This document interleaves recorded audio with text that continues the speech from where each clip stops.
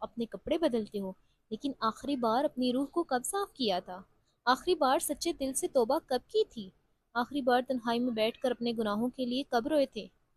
حقیقت یہ ہے، بہت سے لوگ صاف جسم لے کر چل رہے ہیں مگر ان کی روحیں گندگی میں ڈوبی ہوئی ہیں۔ بہت سے چہرے روشن ہیں لیکن دل تاریک ہیں۔ بہت سے لوگ خوشبوؤں میں بسے ہوئے ہیں لیکن ان کی روحیں گناہوں کی بدبو میں لپٹی ہوئی ہیں۔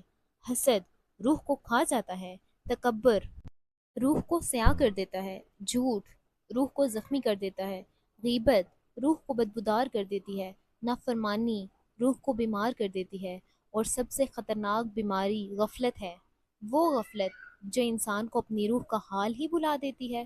پھر ایک دن موت آ جاتی ہے، وہ لمحہ جس سے کوئی نہیں بچ سکا۔ اس وقت فرشتے آتے ہیں اور روح کو جسم سے الگ کر دیتے ہیں۔ اس لمحے ساری دولت ختم، ساری طاقت ختم، ساری شہرت ختم، صرف روح باقی اور اس کے اعمال باقی۔ لوگ جسم کے پاس کھڑے ہوتے ہیں، رو رہے ہوتے ہیں، لیکن روح ایک نئے سفر پر نکل چکی ہوتی ہے، عالم برزخ کی طرف۔ وہاں نہ بینک بیلنس کام آتا ہے، نہ عہدہ، نہ شہرت، وہاں صرف اعمال ساتھ جاتے ہیں۔ سوچو، اگر آج تمہاری روح تمہارے سامنے لا کھڑی کی جائے تو کیا تم اسے دیکھنا پسند کرو گے؟ کیا وہ روشن ہوگی یا گناہوں کے دھبوں سے بھری ہوئی ہوگی؟ کیا وہ اللہ سے ملنے کے لیے بےتاب ہوگی یا خوف سے کانپ رہی ہوگی؟ اے انسان، جسم کی صفائی اچھی بات ہے، اسلام نے بھی صفائی سکھائی ہے، مگر جسم سے زیادہ قیمتی تمہاری روح ہے۔ جسم چند سال بعد مٹی میں مل جائے گا لیکن روح ہمیشہ زندہ رہے گی۔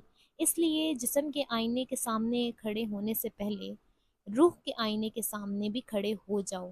اپنے دل کا جائزہ لو، اپنے گناہوں کو دیکھو، اپنی غفلت کو پہچانو، اپنی روح کی توبہ سے دھو لو، اپنی روح کو قرآن سے روشن کر لو، اپنی روح کو ذکر سے زندہ کر لو، اپنی روح کو سجدوں سے پاک کر لو۔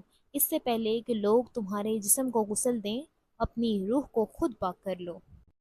اس سے پہلے کہ تمہارا نام صرف ایک یاد بن جائے، اپنی روح کو اللہ کے قریب کر لو، کیونکہ ایک دن یہ جسم مٹی میں سو جائے گا، یہ جسم مٹی میں سو جائے گا، یہ آنکھیں بند ہو جائیں گی، یہ زبان خاموش ہو جائے گی، یہ دل دھڑکنا چھوڑ دے گا، مگر روح اپنے رب کے سامنے کھڑی ہوگی۔